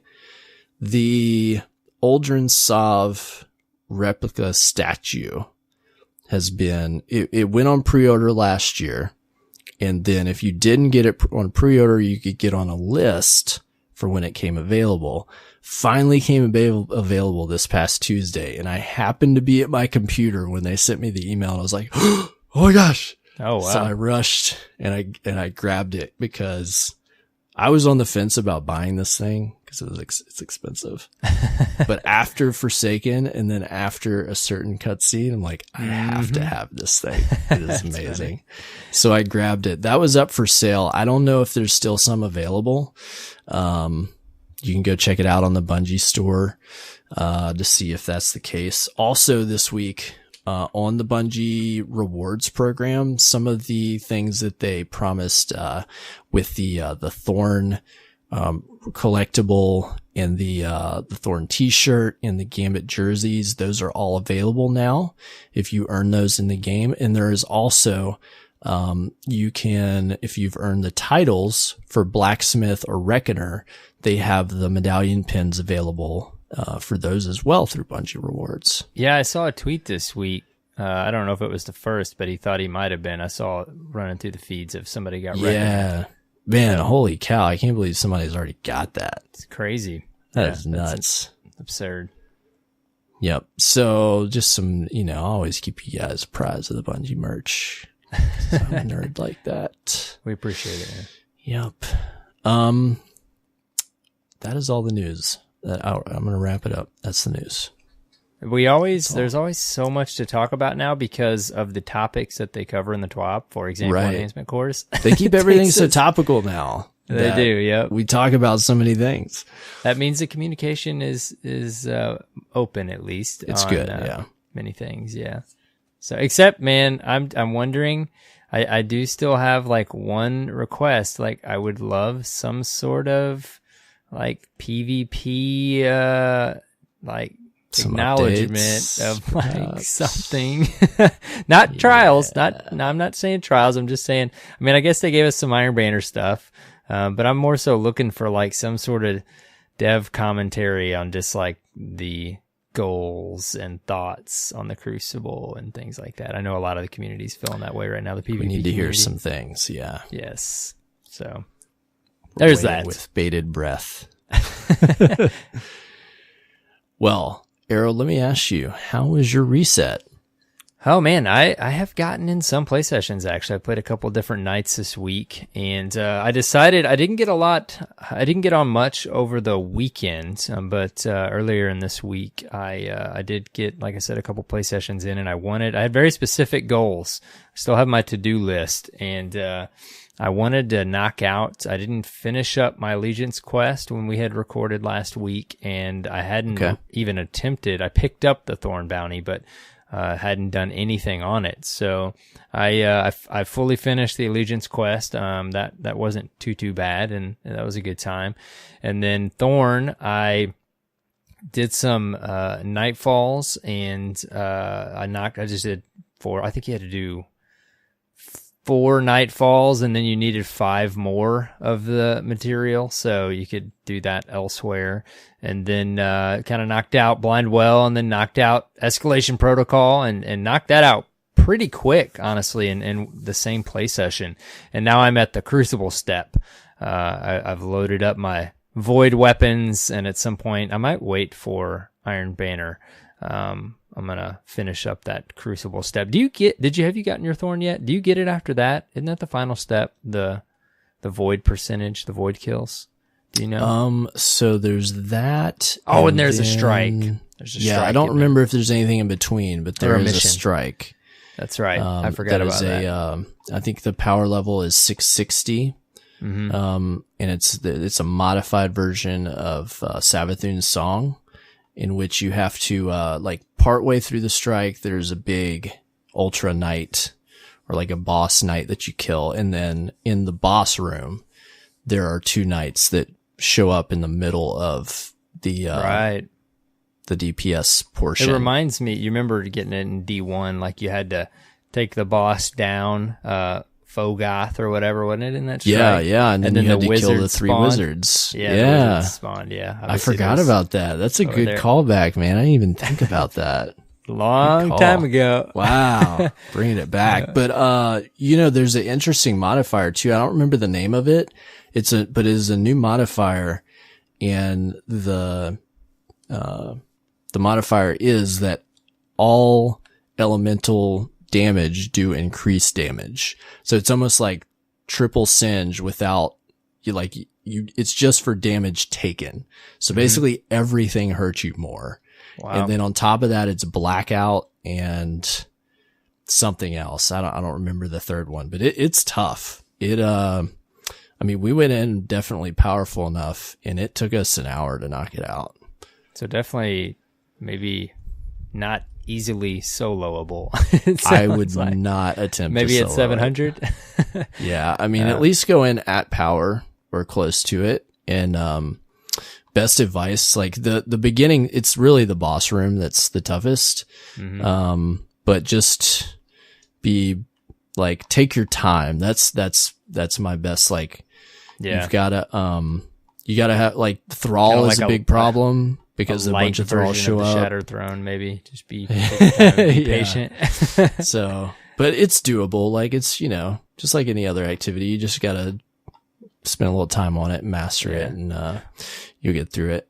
Well, I Thorn was fine in D1, but I was always more of a Last Word Guardian. And man, when Last Word dropped, I grinded that out night one.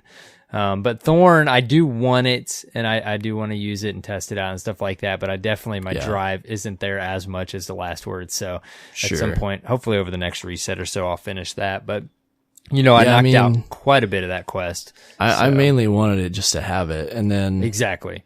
So I was able, while we're talking about this, I was pleased I was able to like work this out just so, because I'm going after Luna's Howl this season. Oh yeah. And so, the beginning of the season, I worked on knocking out the first step of the quest, like complete 10 comp matches. And then once I got to the, hand cannon kills, or like the void portion, whatever it is, of Thorn, I was also doing the first set of get final blows with hand cannons in the Luna's Howl quest. So I was getting a little double progression there. Nice, yeah. So that's what it's all about. I'm like 55% on that step. I know I've got a bunch of steps ahead of me, but hey, that's all right. It's progress, and I'm at about like 1100 glory, I think. So far. That's where I'm at, like with the Gambit stuff right now. I'm still grinding at that Malfeasance quest because I didn't really focus on it up until now, and then I'm doing some Gambit things and some dredging things, and it's all about Malfeasance is a fun gun, man. I love Malfeasance. Yeah, it's cool looking too. Yeah, I want that thing. Plus, we can get into that too. I finally spent some more time. I've been so focused on just my power grind and doing my powerful stuff that I spent some time in Prime and the Reckoning, but not a lot. I actually hadn't even completed one of those, the helmet bounties, that you need to, okay, yeah. I guess you have to complete those over 3 weeks, right? You don't have to, but if you want to get, no, I take that back. If you want the top tier helmet, you do, right? Well, if you want, and if you want to upgrade your synthesizer. Yeah. And you can only do one a week, correct? I think you can do, only one will give you the synthesizer upgrade, and that one will give you, for that role, the helmet that drops. You can only do powerful. 1 a week per synthesizer and per roll. Yeah, but you can you can pick up another one and you can complete it or something. Yeah, and it'll give you the helmet. It just won't drop powerful. I got you. Okay. Well, I wanted to talk to you about that a little bit too in Reset here, but I did finally jump back in. I spent some more time in the Reckoning. I got my synthesizer upgraded the first tier because I hadn't spent a whole lot of time doing that yet in that new content. And the Reckoning, dude, I've spent more time in it, like I said, and I do enjoy it. I'm always asking for like a wave-based mode, and that wave-based mode, it's chaotic, it's fun, the music's cool. I'm having a good time in there. I will say, I play a lot solo, so it baffles me, the amount of times that Guardians don't realize a res mechanics in the game. I've seen other people talking about this, especially in Reckoning. Yeah, and it's crazy, man. Like, it's so weird, and every now and then, like, I'll overlook, and not too often, like, it's just so noticeable when someone's down and you need to go get them. Every now and then it happens to everybody, but it's just so amazing how many people don't res at all. I think the thing in Reckoning, and I find this even in like a fire team, that it's very chaotic. Right. And there's a lot of audio cues. There's a lot of UI cues. And it's loud. It's easy to miss Guardian down. And especially like last week, I want to say it was blackout.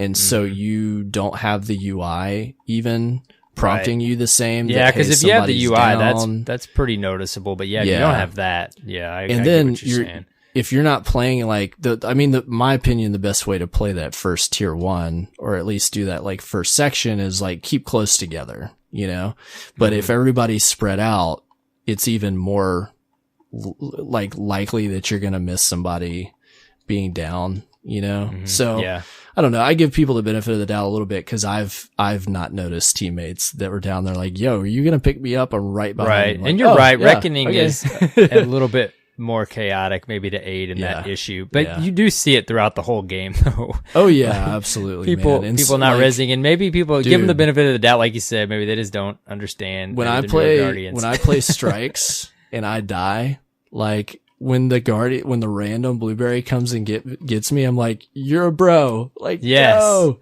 thank you. exactly. Cause you know, like when you get that guardian that will pull you up, you're like, all right, you're a teammate. Like you're here for me. Yeah, I got your back. legit. You got mine. You know, we're not just three random dudes trying to complete this strike. I like, always do. I always keep a now. salute on hand too. And I usually throw up the salute anytime somebody reses me like that. But anyways, overall though, the Reckoning, like I'm really enjoying it, man. I feel like maybe I'm a little late to this response, but I finally spent some more time in there. I'm enjoying it. I actually have only done tier 1 because I was just trying to start this process of the synthesizer stuff and all that, as I didn't focus on it like the first couple of resets. And I'm planning to jump in tier 2 and eventually tier 3. I think I'm like maybe 675 right now. But that's pretty good, man. Yeah, it's not too bad. Again, I focused more than ever just on doing my powerful stuff and my challenges and my my milestones, whatever you want to call them, and not so much on the new content. So that's why it seems maybe like I'm getting in it a little bit later than some. But I'm enjoying it, man. And I told you guys the Risk Runner dropped for me, and I had the Catalyst, dude. I went and did when I was doing the Allegiance, I need that Catalyst, man, dude. I went and did was doing the Thorn stuff in the Blind Well and all that. I just used the Risk Runner, and I got that thing masterworked during pretty much almost entirely during that Thorn quest. It doesn't take long, and that thing is unbelievable. And then you take Risk it Runner in the Reckoning. Like such a great gun overall. That's a conductor perk, man. And I get it now. Like I haven't used it a ton, but I've heard about it. And man, and then you get that extra range on the Masterwork to proc, right? Well, then you get a kill and it stays active. Yeah. Every time you get a kill, and you just melt stuff in any sort of horde based mode. And again, maybe that was making the Reckoning a little bit more enjoyable for me. But overall, I had a lot of fun doing it. I will say, like I've become in sync a little bit more with the process, and the leveling of the synthesizer. I guess if I had one specific critique of the whole process, is I don't care for the fact that there's 3 different tiers of the set armor. I decided to not go Invader yet, even though I love being the Invader. I decided to do the Sentry thing. We talked about that last week. I'm really interested in that role, and I've been loving my PvE stuff right now. So I decided not to go for Invader first and go for Sentry. But I know they're trying to add layers of content there, but it's so weird to me that you can't just get a set of the armor and then there's a mechanic to like level that armor. Right. The fact that you have to like wait and do a very specific thing, like what's the point of tier 1 and tier 2 armor? I have 3 pieces of I have one, I think I have 3 total pieces, and I put them all on and I have +3, and it's like, what? It would make sense to me if some way I could, doing activities related to Season of the Drifter, I could upgrade that set. Why have 3 different tiers of sets? Yeah. You know what I'm saying? Like I would love. I get, like it just seems discombobulated a little bit. Yeah. And like and I think the idea, like I get the idea. They wanted a progression that kind of built up, over a few weeks or over several weeks or whenever you attack it, right? Mm-hmm. And also, but like if you go in just the first week and you can get like the full perk set, like you're done. You're not going to go back to the activity. Right. So it gives you something to earn. Right.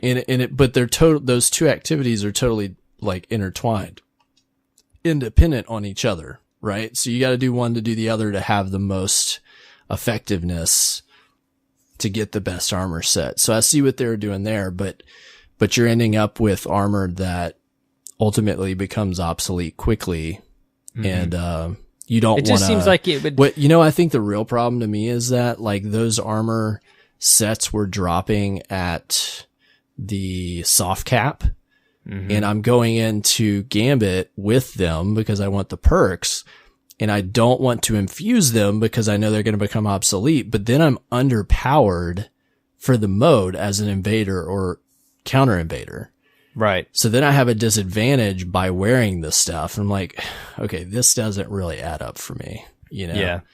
Yeah. I mean, I guess I just would have felt like I could take more ownership and felt more rewarded if the system that was in place was to maybe go do Reckoning Tier 3 to upgrade the that would make armor more you sense already so that have. you can instead feel of having- good about, yes. okay, you get the piece, you can infuse it if you need to and if you want to, and then you can somehow like, you know, Upgrade it. You upgrade doing like the you harder put stuff. it. You put the armor in the synthesizer. It gives you the points, right? So like Right. something like that, so that you're not just wasting. You're just I don't getting know. armor that you know It's eventually. imperfect, but Yeah. But I love the overall though. I'm super pumped to get the set, get in Gambit. I've gotten this Gambit bug again, dude. Like I hadn't really played it a ton. It's like as soon as it dropped, I played it a little bit, but again, I was doing my power stuff. And then all of a sudden, you know, I'm like, okay, it's time. We gotta get in Prime more. We gotta do some Reckoning. And I'm loving it, dude. And I want that top tier set, and I want to run that Sentry and Invader role and do the thing, man. Like I totally am feeling the excitement of getting a crew together and having this like almost role based mode because of the sets we're wearing, the whole intention of it all, obviously, that we haven't really had in Destiny before. So it took me a couple weeks. You know, I was excited about it, but now I'm like super pumped to, I've done the power thing a little bit. I'm going to continue that, but now I'm pumped to get this stuff. But again, doing that, I've understood the system a bit more and just naturally, you know, wondering why they did certain things certain ways. Another thing people have come up with is a synthesizer, right? I think Destin from IGN, his review, he said, like, why not just let us put the mode in and then get the armor? Like, what's the point of the whole synthesizer thing? And clearly they don't do these things for no reason at all. But there has been systems I in think Destiny some of where it it's like, is like a technical challenge, right? You know, like, okay, how do we do this without having to create a whole bunch of new code? Right. Mm-hmm. So like they were able to use the synthesizer, which is like the oven. They're able to use, stuff going on the back end that we don't even know. You put it into the bank and you get the reward almost like from a chest. You know what I mean? Yeah. Like I'm sure there's like an engineering challenge to, okay, how do we keep this simple without having to write a ton of new code to do it, the perfect way. Right. Yeah. Totally get it. Well, Yeah, if I had one thing, it would be the armor thing. I would love to just be able to upgrade my armor, but that's okay. I'm still planning to get the top tier set. I can't wait to jump in tier 2, tier 3. I did fit in a little bit more Anthem. I did end up picking up the Division 2. The game is just too much like a SOCOM looter shooter. Like I loved the first one, so I did pick it up. I'm trying to decide right now if I'm gonna put Anthem on the back burner and balance some, like you're going to do casually, what I was going to do with Anthem, now balance casually Division 2 while still primarily playing Destiny. It's a tough choice, man. There's so much to do in our favorite game right now. Yeah. Anyway, sorry. What'd you do, man? What have you been up to? Oh man. So I had some great luck, or I just felt like I got a lot of rewards this past reset. This reset, I haven't, thus far, we're recording on a Thursday night. I haven't gotten to spend much time since Tuesday in the game, but all the way up to Monday and through the weekend, like I was grinding super hard, man. So, I earned Thorn, got that knocked out, like nice. Felt super accomplished about that. I finally finished the quest line for Loaded Question, the quest for that. Isn't that the name of it? The fusion, right? Yep. Loaded question. Yep. Got that. Thing is so fun, dude, in the forges and stuff. Yep. And then man, here's the big one, like the pinnacle here of my week, the highlight, man. So I had run a raid, as of last show, like earlier in the week, and, no dice on 1KV, which is what I'm chasing. But, I like Monday night, I was super tired. I had a lot going on. I was like, I've got to get, like, I want this gun, man. I've got to hang in there. So I need to go run Riven a couple times, like get my glimmering keys so I can get a shot at it next reset. I was just going to go try to find an LFG group, because nobody else was wanting to do that.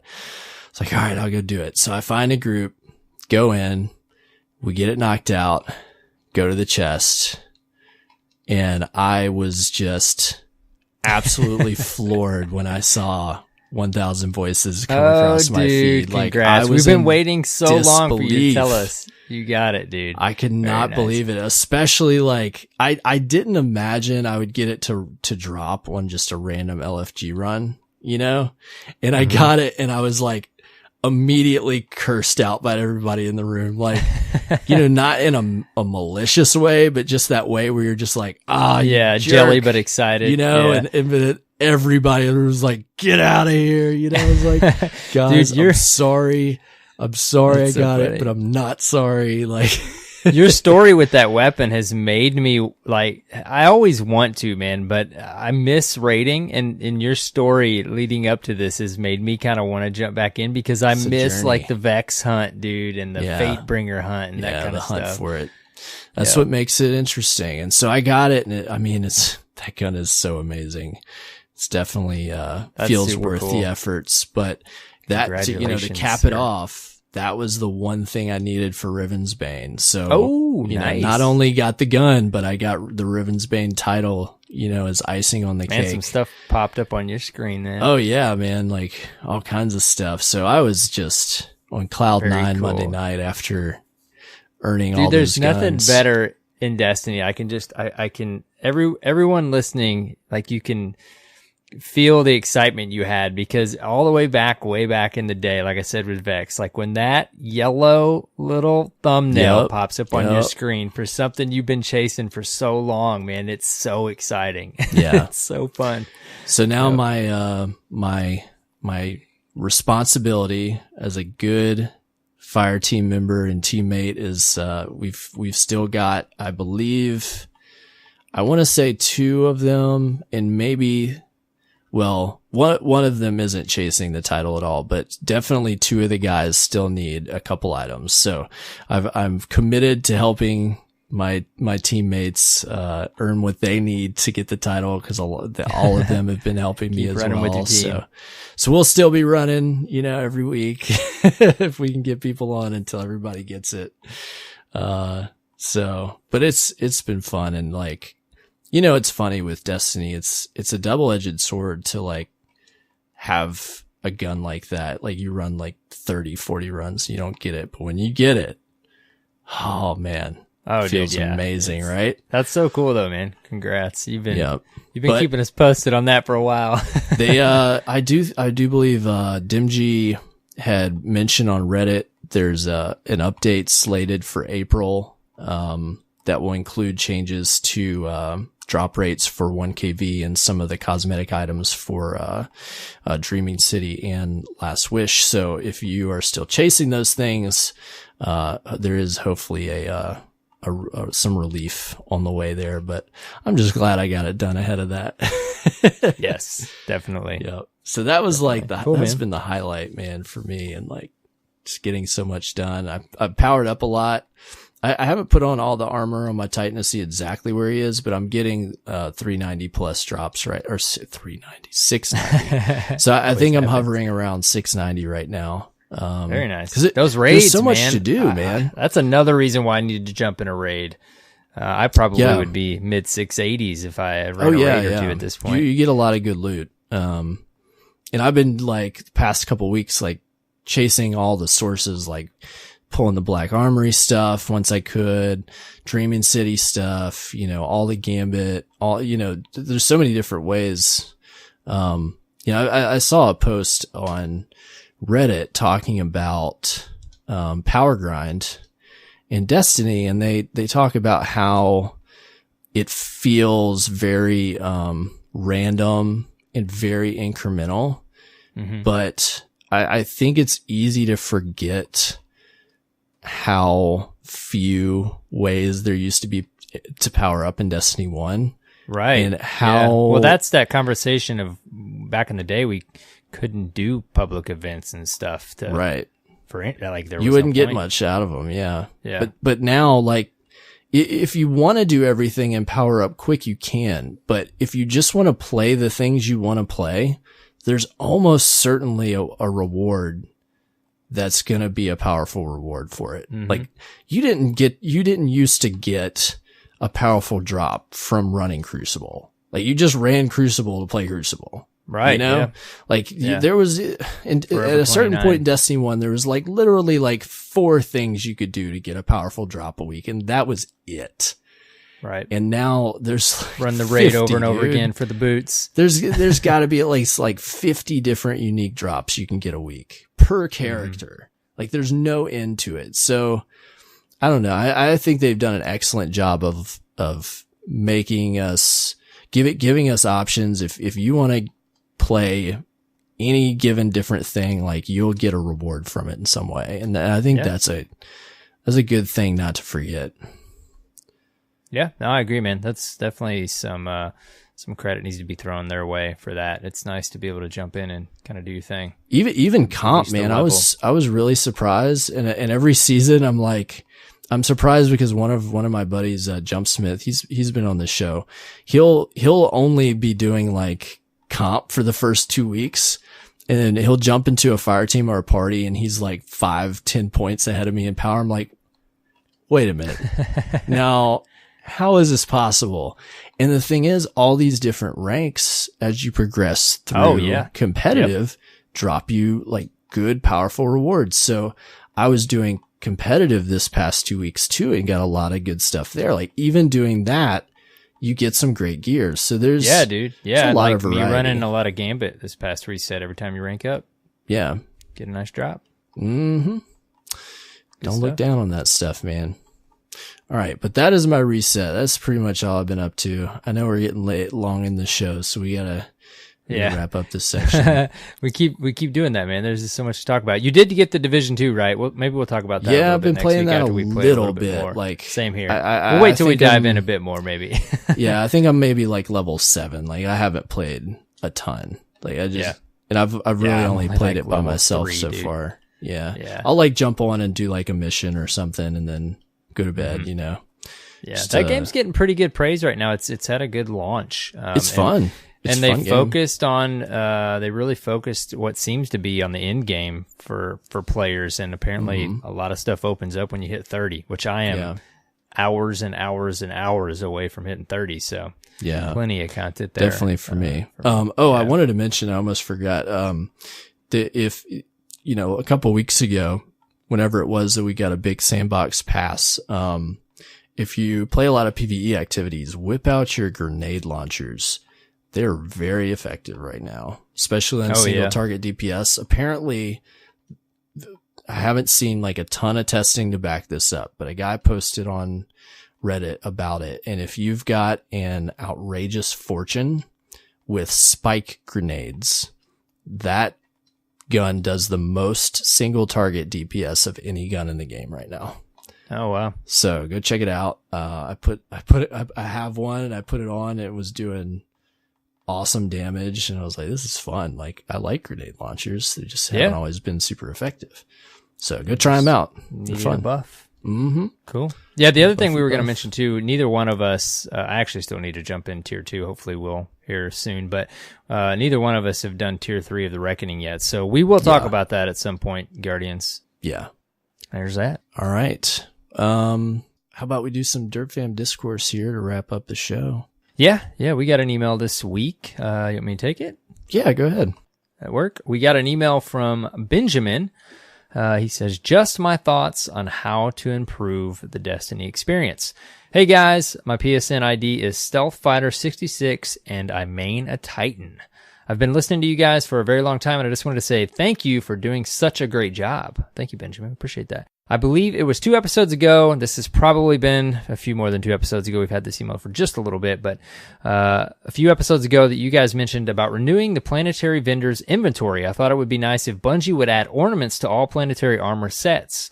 We all know factions had ornaments. Pretty much everything else did. Imagine having to do weekly bounties to get ornaments on Flashpoint planets.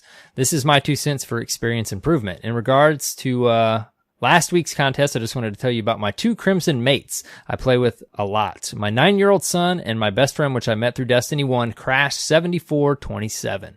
We became such great friends that his kids started calling me uncle. Well, anyways, thanks for reading my email, and I will be waiting for your next episode. So yes, this is one of our Crimson Bond emails. Benjamin, thank you so much for sending that in. We really appreciate it. What do you think, Cyborg, on this ornaments planetary vendor inventory and such? It made me think back to I want to say it was Destiny 1, towards like the later, like year 3 that we had this system, right? Where you had like the base item, I think like even in Iron, especially in Iron Banner, and then you would unlock, or am I thinking about Destiny 2 year 1? Man, I don't even remember, but you know, you could have the armor set, and then you would have the ornaments with the different variations, right? Yeah. And you could equip those as you want. And that was such a elegant system, I felt. You know, it respected your inventory, gave you like different mix and matches and stuff to unlock. I really liked that a lot. And I don't know, I feel like it would be nice to get some refreshes to the world vendors for sure. Yeah, I mean they definitely just get kind of stagnant out there. Yeah. Doing their thing. Yeah, it would definitely be appreciated, but at some point it seems like Bungie decided that wasn't really a good, you know, investment of resources to do those things. But there's always that aspect of the set you're wearing, you know, being able to have a favorite and have options, and then it also kind of showing what you do in the game. And I guess we have that to an extent, but ornaments anywhere can always improve that. The thing that I would like to see, though, that seems like just a continued missed opportunity of something we had before, is just vendor resets in general, man. Like, it doesn't necessarily have to be the planetary ones. This is a good idea from Benjamin. I mean, there's obviously several planetary vendors that we could do something with, but even just the vendor resets at Shaxx and Zavala and stuff, dude, like something would be cool, you know, for role changes now that random roles are kind of back in the game and such. I don't know. It's just something I really loved about Destiny 1 when they incorporated that refresh each reset. You know, we even had videos, content creators would go check everything out and tell you what they thought was a good role, you know? I don't know. Anyways, this is definitely on point. I love the ornament system we have with like Iron Banner and stuff now. It's cool to, you know, that we've seen in that regard to get so many grenade kills and this or that to unlock this version of the set for the season or whatever. It's a good idea. Just different ways to add layers to the game. There's plenty to do right now, but, you know, we're never complain if there's even more to do. It gets a bit overwhelming at times. That's okay. Yeah. Yeah. But I think it'd be nice to see those things return, in my opinion. If they can make it happen. Thanks for the email, Benjamin. We appreciate that. Well, that is it for Discourse this week. If you've sent us an email or a speak pipe or something, you haven't heard of it yet, be patient. We fit them in when we can. If you've got some discourse that you'd like to send our way, you can send us an email, destinyresetpodcast@gmail.com, or speakpipe.com/destinyreset. There you have it. Next up in the patron department, we've got a new patron this week. Who is he or she? Who are they? Timjin 9876. Maybe. Nice. Get that. Maybe. I hope that's right. Yep. That's the best shot we'll take at it. Thanks for becoming a patron. If you don't know what a patron is, go to patreon.com/destinyreset, where for as little as $1 a month, you can support the production budget of our show.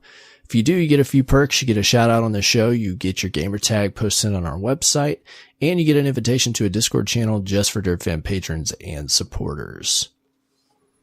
There you go. All right, man. Thank you, Guardians. Yep. Thank you. If you support the show, we appreciate it. Where can people find you, Arrow? You guys can find me, of course, on Twitter and YouTube, primarily at AER0KNIGHT with a 0. What about you, man? Awesome. You can find me on Twitter at CyborgSasquatch. Finally, you can find us at Destiny Reset on Twitter and also on the web, www.destinyresetpodcast.com. That's your source for all things DRP, including links to subscribe on your favorite podcast app of choice. There you have it. If you listen to us on Apple Podcasts, thank you for your reviews. Do we have any new ones this week? We do. We got one from, I think we got a couple actually, but thank you, Guardians, for that. If you didn't leave a written review, we did have one new written from Retro Gamers 16. He or she said they enjoyed our tangents. So we appreciate the kind words, Guardian. We wonder sometimes if you guys like or don't like so much when we go off on a tangent, but it's nice to hear some do. Absolutely. So thank you for that review. Appreciate it. Yep. So if you're listening on Apple Podcasts, be sure to go give us or leave us a review, either some stars or a written review. Your feedback is appreciated and important to us. And these help us get seen by more listeners just like you that are looking for Destiny podcasts. Yes. Okay, man. Fun show. Are you still awake, Cyborg? I'm speaking, so I guess. I don't know. I'm alive. Are you okay? The question is, have you woken up enough to play some Destiny? Or are you going to crash? We'll see. We'll see what that sounded like you were going to crash. We'll see what I press stop here. Yeah. All right, man. Well, fun as usual, as you know. Until next reset, have fun playing Destiny 2, and take care, Guardians.